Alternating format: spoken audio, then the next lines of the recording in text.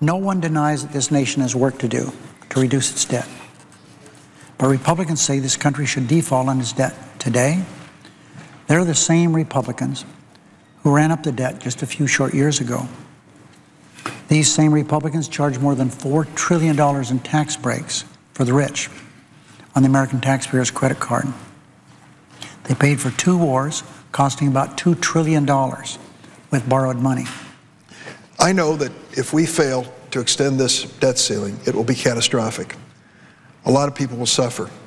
I think about families, working families, with their savings accounts, perhaps their retirement accounts. Imagine, if you will, what it means to them to lose 5–10% of the value of their savings. Whether while negotiations are underway, our government should be open and serving the American people. Democrats believe government should be functioning during negotiations.